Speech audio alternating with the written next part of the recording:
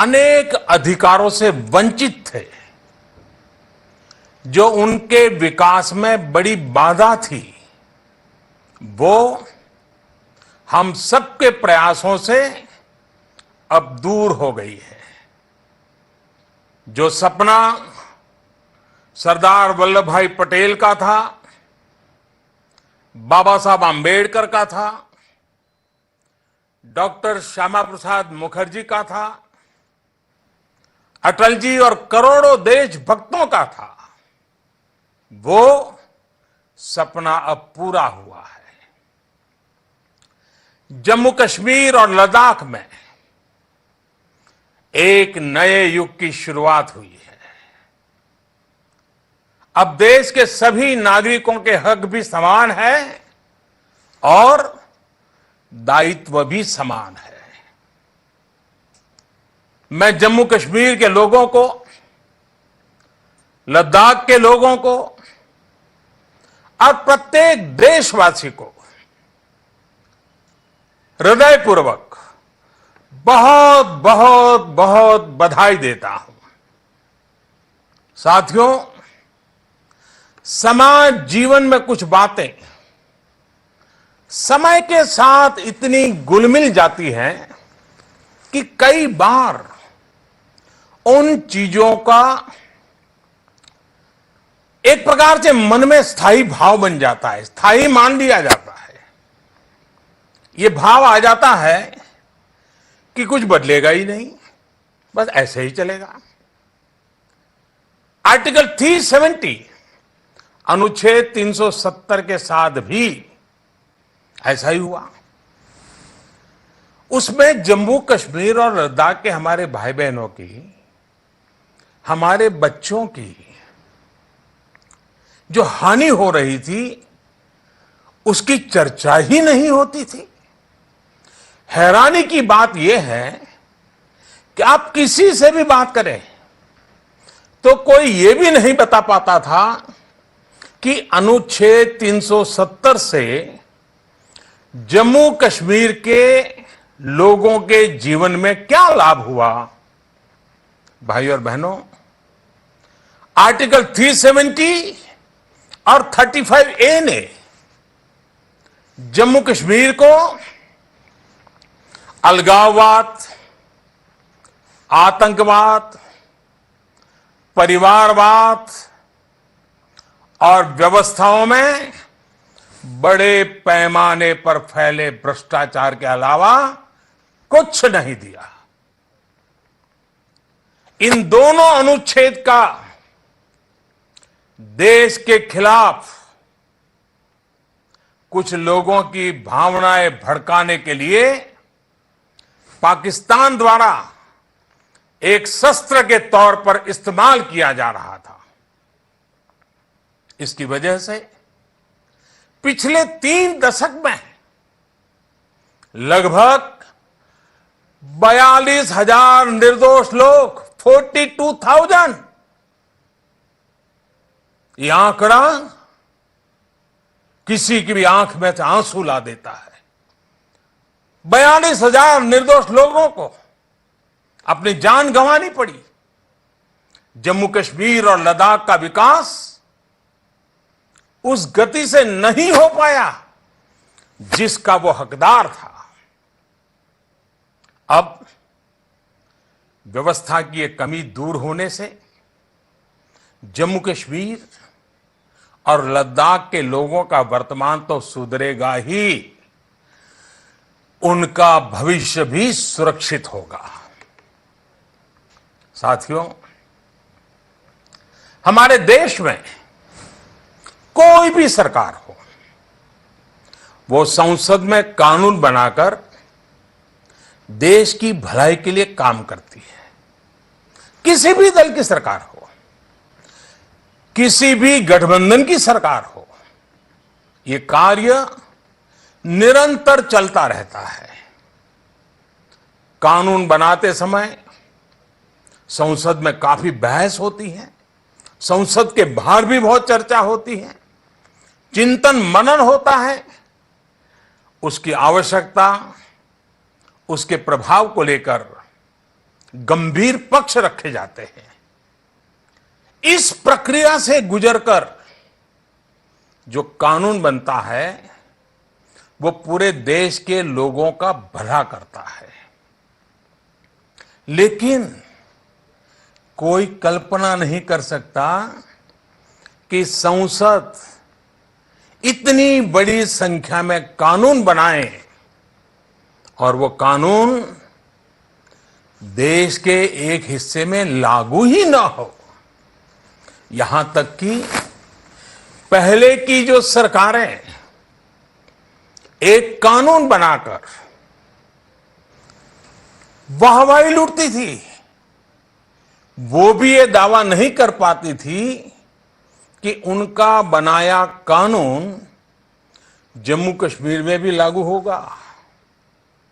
जो कानून देश की पूरी आबादी के लिए बनता था, उसके लाभ से जम्मू कश्मीर के 1.5 करोड़ से ज्यादा लोग वंचित रह जाते थे। सोचिए, देश के अन्य राज्यों में बच्चों को शिक्षा का अधिकार है, लेकिन जम्मू कश्मीर के बच्चे इससे वंचित थे। क्या गुनाह है उन बच्चों का?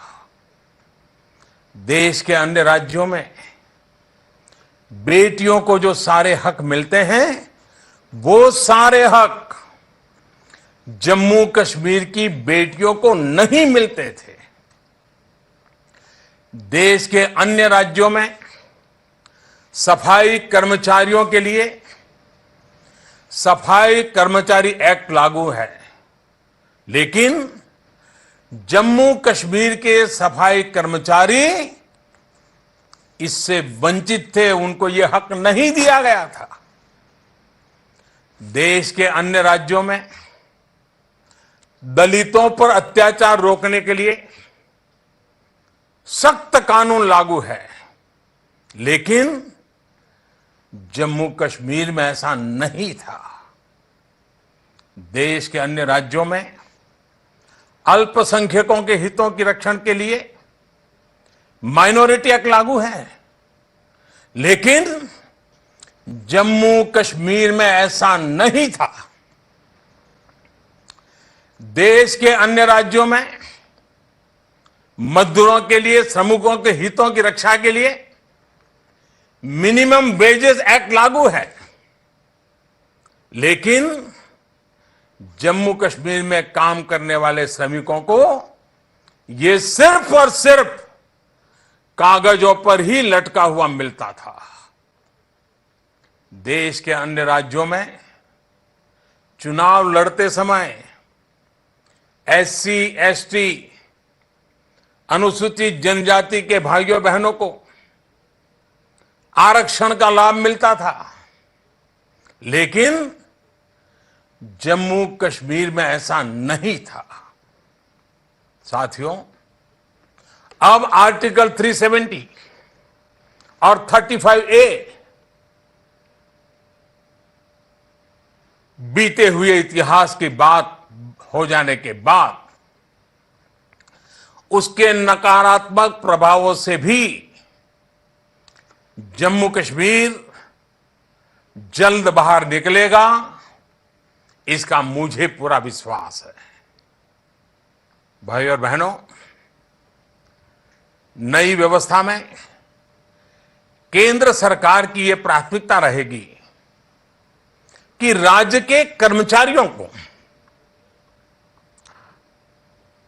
जिसमें जम्मू कश्मीर की पुलिस भी शामिल है, उन सबको दूसरे केंद्र शासित प्रदेश के कर्मचारियों और वहां की पुलिस के बराबर की सुविधाएं मिले। अभी केंद्र शासित प्रदेशों में अनेक ऐसी वित्तीय सुविधाएं जैसे एलटीसी, हाउस रेंट अलाउंस, बच्चों की शिक्षा के लिए एजुकेशन अलाउंस, हेल्थ स्कीम जैसी अनेक सुविधाएं दी जाती हैं, जिनमें से अधिकांश जम्मू कश्मीर के कर्मचारियों को, पुलिस परिवारों को नहीं मिलती हैं। ऐसी सुविधाओं का तत्काल रिव्यू कराकर जल्द ही जम्मू कश्मीर के कर्मचारियों को, पुलिसों को, उनके परिवारजनों को ये सुविधाएं मुहैया कराई जाएगी। साथियों, बहुत जल्द ही जम्मू कश्मीर और लद्दाख में सभी केंद्रीय और राज्य के रिक्त पदों को भरने की प्रक्रिया शुरू की जाएगी। इससे स्थानीय नौजवानों को रोजगार के पर्याप्त अवसर उपलब्ध होंगे। साथ ही केंद्र सरकार की पब्लिक सेक्टर यूनिट्स और प्राइवेट सेक्टर की बड़ी कंपनियों को भी रोजगार के नए अवसर उपलब्ध कराने के लिए प्रोत्साहित किया जाएगा। इसके अलावा सेना और अर्ध सैनिक बलों द्वारा स्थानीय युवाओं की भर्ती के लिए रैलियों का आयोजन किया जाएगा। सरकार द्वारा प्रधानमंत्री स्कॉलरशिप योजना का भी विस्तार किया जाएगा ताकि ज्यादा से ज्यादा विद्यार्थियों को इसका लाभ मिल सके। जम्मू कश्मीर में राजस्व घाटा भी बहुत ज्यादा है। एक प्रकार से राजस्व घाटा बड़ी चिंता का विषय होता है। केंद्र सरकार यह भी सुनिश्चित करेगी कि इसके प्रभाव को कम किया जाए। भाइयों और बहनों, केंद्र सरकार ने अनुच्छेद 300 हटाने के साथ ही अभी कुछ कालखंड के लिए, और मैं बताता हूं कुछ कालखंड के लिए, जम्मू कश्मीर को सीधे केंद्र सरकार के शासन में रखने का फैसला बहुत सोच समझ कर लिया है। इसके पीछे की वजह समझना भी आपके लिए महत्वपूर्ण है। जब से वहां गवर्नर रूल लगा है, जम्मू कश्मीर का प्रशासन सीधे केंद्र सरकार के संपर्क में है। इसकी वजह से बीते कुछ महीनों में वहां गुड गवर्नेंस और डेवलपमेंट का और बेहतर प्रभाव जमीन पर दिखाई देने लगा है। जो योजनाएं पहले सिर्फ कागजों में रह गई थी, उन्हें अब जमीन पे उतारा जा रहा है। दशकों से लटके हुए प्रोजेक्ट्स को नई गति मिल रही है।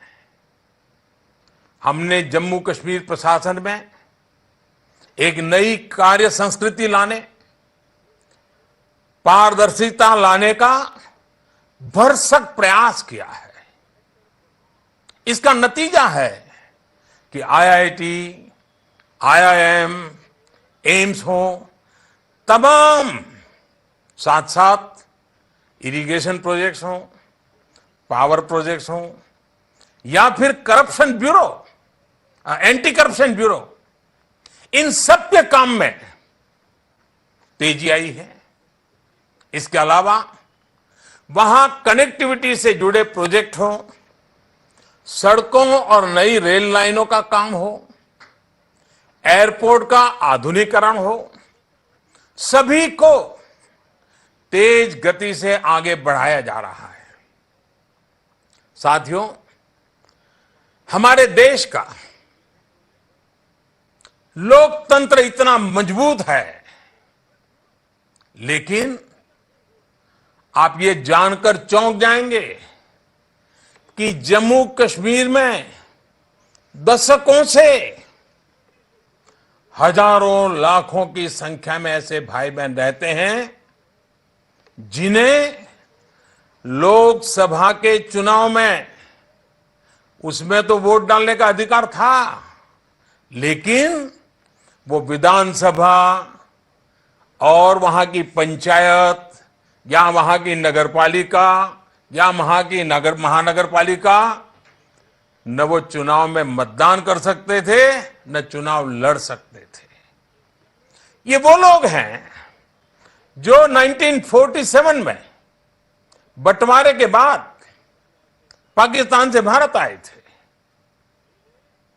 हिंदुस्तान के अन्य राज्यों में उनको सब अधिकार है, अकेले जम्मू कश्मीर में नहीं है। क्या इन लोगों के साथ अन्याय ऐसे ही चलता रहता? साथियों, जम्मू कश्मीर के अपने भाइयों बहनों को मैं एक महत्वपूर्ण बात और स्पष्ट करना चाहता हूं। आपका जनप्रतिनिधि आपके द्वारा ही चुना जाएगा, आपके बीच से ही आएगा। जैसे पहले एमएलए होते थे वैसे ही एमएलए आगे भी होंगे। जैसे पहले कैबिनेट होती थी, मंत्रिपरिषद होती थी, वैसे ही मंत्रिपरिषद आगे भी होगी। जैसे पहले आपके सीएम होते थे वैसे ही आगे भी आपके मुख्यमंत्री होंगे, आपके सीएम होंगे। साथियों, मुझे पूरा विश्वास है कि इस नई व्यवस्था के तहत हम सब मिलकर आतंकवाद, अलगाववाद से जम्मू कश्मीर को मुक्त कराएंगे। जब धरती का स्वर्ग हमारा जम्मू कश्मीर फिर एक बार विकास की नई ऊंचाइयों को पार करके पूरे विश्व को आकर्षित करने लगेगा, नागरिकों के जीवन में ईज ऑफ लिविंग बढ़ेगी, नागरिकों को जो उनके हक का मिलना चाहिए वो बेरोक टोक मिलने लगेगा, शासन प्रशासन की सारी व्यवस्था जनहित कार्यों को तेजी से आगे बढ़ाएगी। तो मैं नहीं मानता कि केंद्र शासित प्रदेश, यूनियन टेरिटरी की व्यवस्था जम्मू कश्मीर के अंदर चलाए रखने की जरूरत पड़ेगी। हां, लद्दाख में वो बनी रहेगी। भाइयों और बहनों, हम सभी चाहते हैं कि आने वाले समय में जम्मू कश्मीर विधानसभा के चुनाव हो, नई सरकार बने, नए तेजस्वी ऊर्जावान नौजवान एमएलए बने, मंत्री बने, मुख्यमंत्री बने।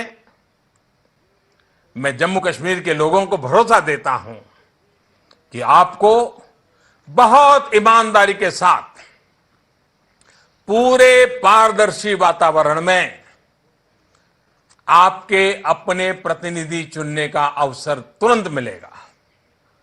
जैसे बीते दिनों पंचायत के चुनाव पारदर्शिता के साथ संपन्न कराए गए, वैसे ही जम्मू कश्मीर विधानसभा के भी चुनाव होंगे।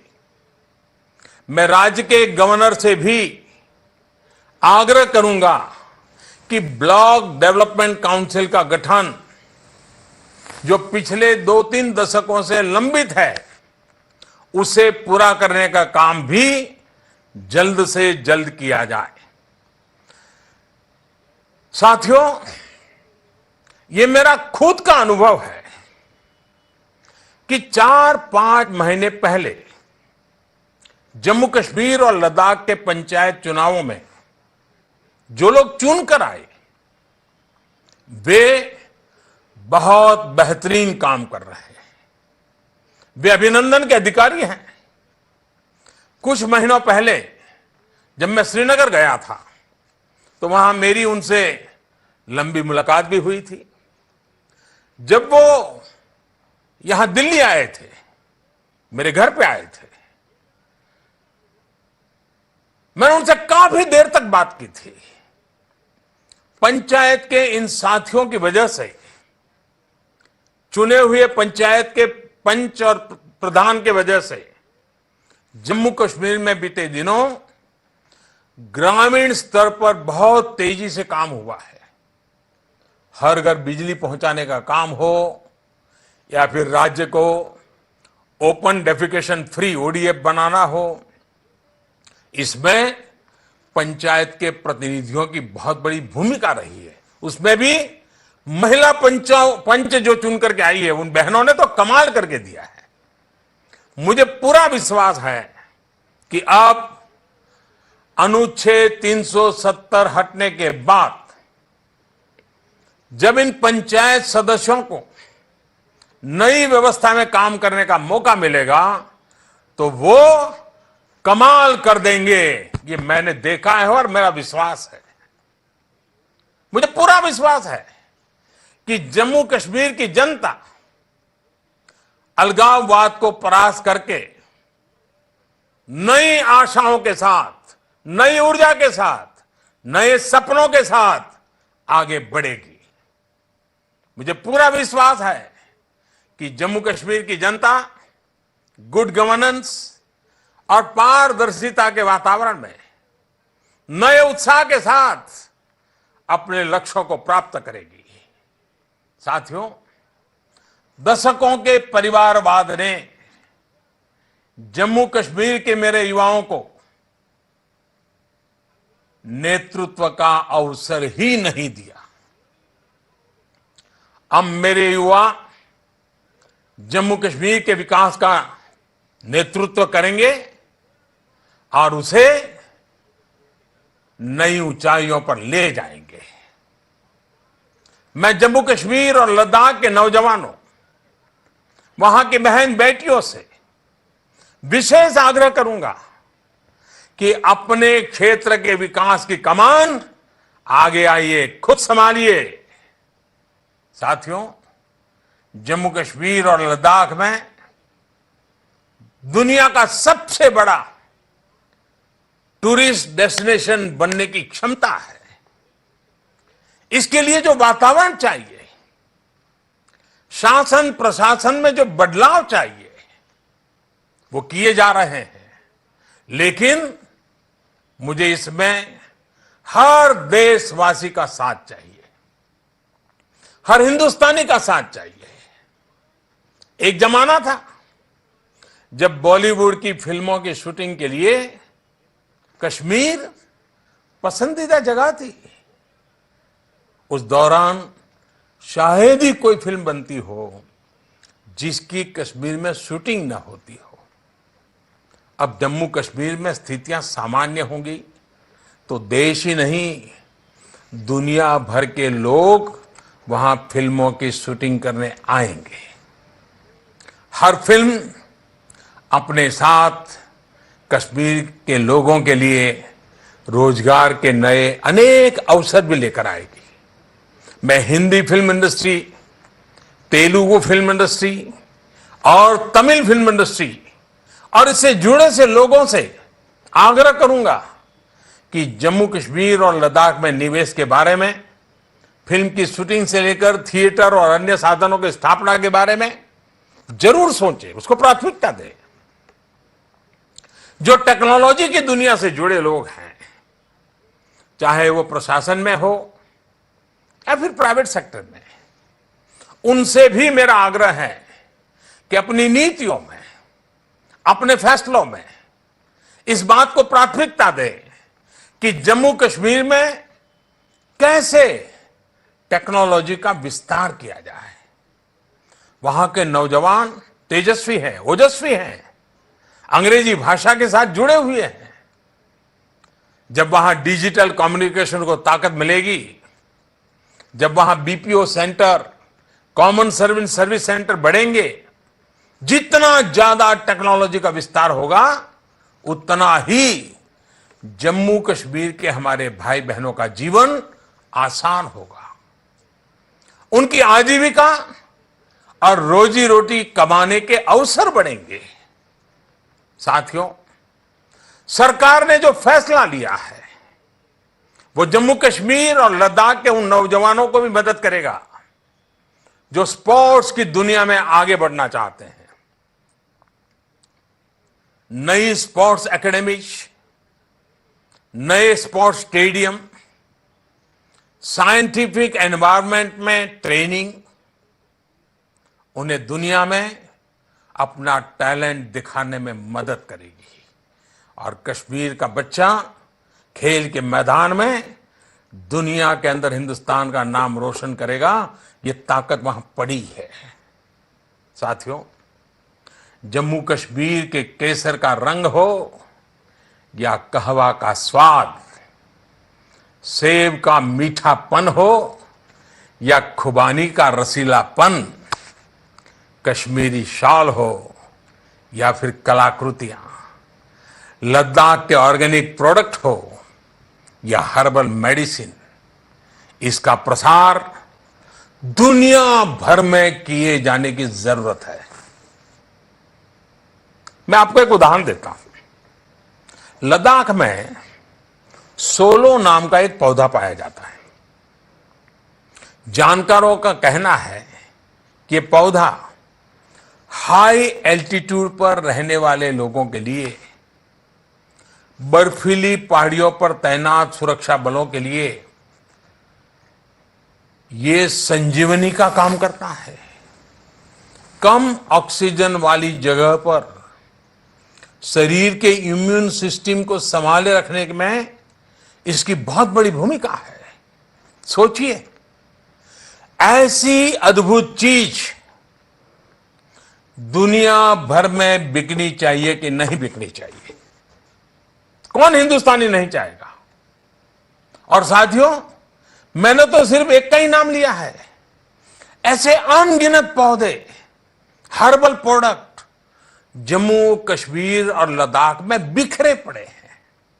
उनकी पहचान होगी, उनकी बिक्री होगी तो इसका बहुत बड़ा लाभ वहां के लोगों को मिलेगा, विशेषकर वहां के किसानों को मिलेगा। इसलिए मैं देश के उद्यमियों को, एक्सपोर्ट से जुड़े लोगों से, फूड प्रोसेसिंग सेक्टर से जुड़े लोगों से आग्रह करूंगा कि जम्मू कश्मीर और लद्दाख के स्थानीय प्रोडक्ट्स को दुनिया भर में पहुंचाने के लिए आगे आए।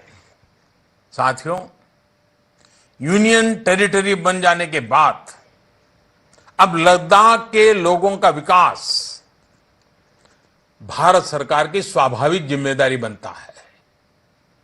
स्थानीय प्रतिनिधियों, लद्दाख और करगिल की डेवलपमेंट काउंसिल के सहयोग से केंद्र सरकार विकास की तमाम योजनाओं का लाभ अब और तेजी से पहुंचाएगी। लद्दाख में स्पिरिचुअल टूरिज्म, एडवेंचर टूरिज्म और इको टूरिज्म का सबसे बड़ा केंद्र बनने की क्षमता है। इतना ही नहीं, सोलर पावर जनरेशन का भी लद्दाख बहुत बड़ा केंद्र बन सकता है। सोलर रेडिएशन में हिंदुस्तान में लद्दाख की धरती अव्वल नंबर पे है। अब वहां के सामर्थ्य का उचित इस्तेमाल होगा और बिना भेदभाव विकास के लिए नए अवसर बनेंगे। अब लद्दाख के नौजवानों की इनोवेटिव स्पिरिट को बढ़ावा मिलेगा।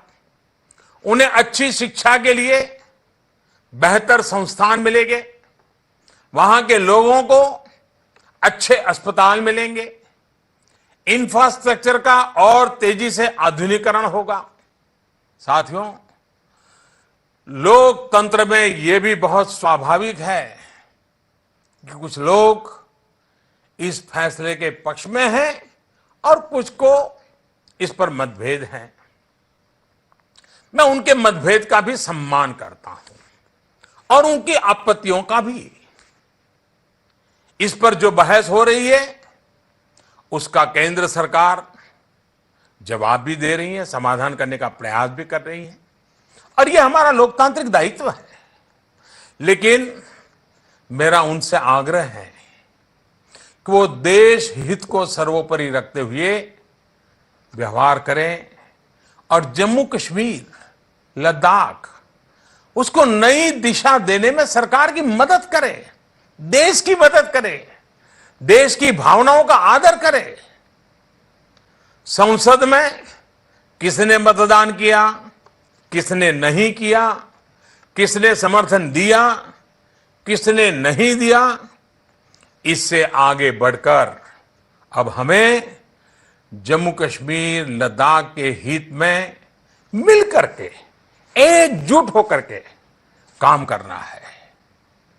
मैं हर देशवासी को यह भी कहना चाहता हूं कि जम्मू कश्मीर और लद्दाख के लोगों की चिंता, ये हम सबकी चिंता है। 130 करोड़ नागरिकों की चिंता है। उनके सुख दुख, उनकी तकलीफ से हम अलग नहीं हैं, अलग हो नहीं सकते हैं। अनुच्छेद 370 से मुक्ति एक सच्चाई है, लेकिन सच्चाई यह भी है कि इस समय एहतियात के तौर पर कुछ कदम उठाने की जरूरत थी। उन कदमों के कारण जो भी परेशानी हो रही है, उसका मुकाबला भी वहीं के लोग कर रहे हैं और वो भी सहयोग देकर के कर रहे हैं। कुछ मुट्ठी भर लोग जो वहां हालात बिगाड़ना चाहते हैं, उन्हें धैर्यपूर्वक जवाब भी वहां के ही हमारे भाई बहन दे रहे हैं। हमें यह भी नहीं भूलना चाहिए कि आतंकवाद और अलगाववाद को बढ़ावा देने की पाकिस्तानी साजिशों के विरोध में जम्मू कश्मीर के ही देशभक्त लोग डट करके खड़े हुए हैं। भारतीय संविधान पर विश्वास करने वाले हमारे ये सभी भाई बहन अच्छा जीवन जीने के अधिकारी हैं। उनके सपनों को साकार करने के लिए उनको मौका मिले, यह उनका हक है। हमें उन सब पर गर्व है। मैं आज जम्मू कश्मीर के इन साथियों को भरोसा देता हूं कि धीरे धीरे हालात सामान्य हो जाएंगे और उनकी परेशानी भी कम होती चली जाएगी। साथियों, ईद का मुबारक त्योहार भी नजदीकी है। ईद के लिए मेरी ओर से आप सभी को बहुत बहुत शुभकामनाएं। सरकार इस बात का ध्यान रख रही है कि जम्मू कश्मीर में ईद मनाने में लोगों को कोई परेशानी ना हो। हमारे जो साथी जम्मू कश्मीर से बाहर रहते हैं और ईद पर अपने घर वापस जाना चाहते हैं, उनको भी सरकार हर संभव मदद कर रही है। साथियों, आज इस अवसर पर मैं जम्मू कश्मीर के लोगों की सुरक्षा में तैनात अपने सुरक्षा बलों के साथियों का भी आभार व्यक्त करता हूं।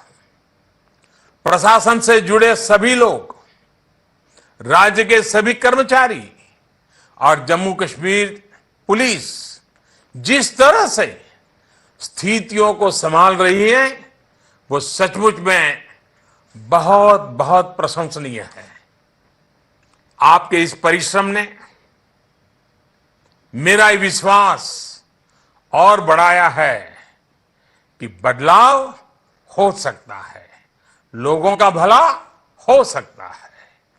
भाइयों और बहनों, जम्मू कश्मीर हमारे देश का मुकुट है। हम बचपन से सुनते आए हैं, गर्व करते आए हैं। इसकी रक्षा के लिए जम्मू कश्मीर के अनेकों वीर बेटे बेटियों ने अपना बलिदान दिया है, अपना जीवन दांव पर लगाया है। पुंछ जिले के मौलवी गुलाम दीन, जिन्होंने 65 की लड़ाई में पाकिस्तानी घुसपैठियों के बारे में भारतीय सेना को बताया था। उन्हें अशोक चक्र से सम्मानित किया गया था। लद्दाख के कर्नल सोनम वांगचुक, जिन्होंने कारगिल की लड़ाई में दुश्मन को धूल चटा दी थी, उन्हें महावीर चक्र दिया गया था। राजौरी की रुखसाना कौसर, जिन्होंने एक बड़े आतंकी को मार गिराया था, उन्हें भी कीर्ति चक्र से सम्मानित किया गया था। पूंछ के शहीद औरंगजेब, जिनकी पिछले वर्ष आतंकियों ने हत्या कर दी थी और जिनके दोनों भाई अब सेना में भर्ती होकर देश की सेवा कर रहे हैं, ऐसे वीर बेटे बेटियों की लिस्ट बहुत लंबी है। आतंकियों से लड़ते हुए जम्मू कश्मीर पुलिस के अनेक जवान और अफसर भी शहीद हुए हैं। निर्दोष नागरिक भी मारे गए हैं। देश के अन्य भूभाग से भी हजारों लोगों को हमने खोया है। इन सभी का सपना रहा है एक शांत, सुरक्षित, समृद्ध जम्मू कश्मीर बनाने का। उनके सपनों को हमें मिलकर पूरा करना है। साथियों, ये फैसला जम्मू कश्मीर और लद्दाख के साथ ही पूरे भारत की आर्थिक प्रगति में सहयोग करेगा। जब दुनिया के इस महत्वपूर्ण भूभाग में शांति और खुशहाली आएगी, तो स्वाभाविक रूप से विश्व शांति के प्रयासों को भी मजबूती मिलेगी। मैं जम्मू कश्मीर के अपने भाइयों और बहनों से, लद्दाख के अपने भाइयों और बहनों से आह्वान करता हूं, आइए हम सब मिलकर दुनिया को दिखा दें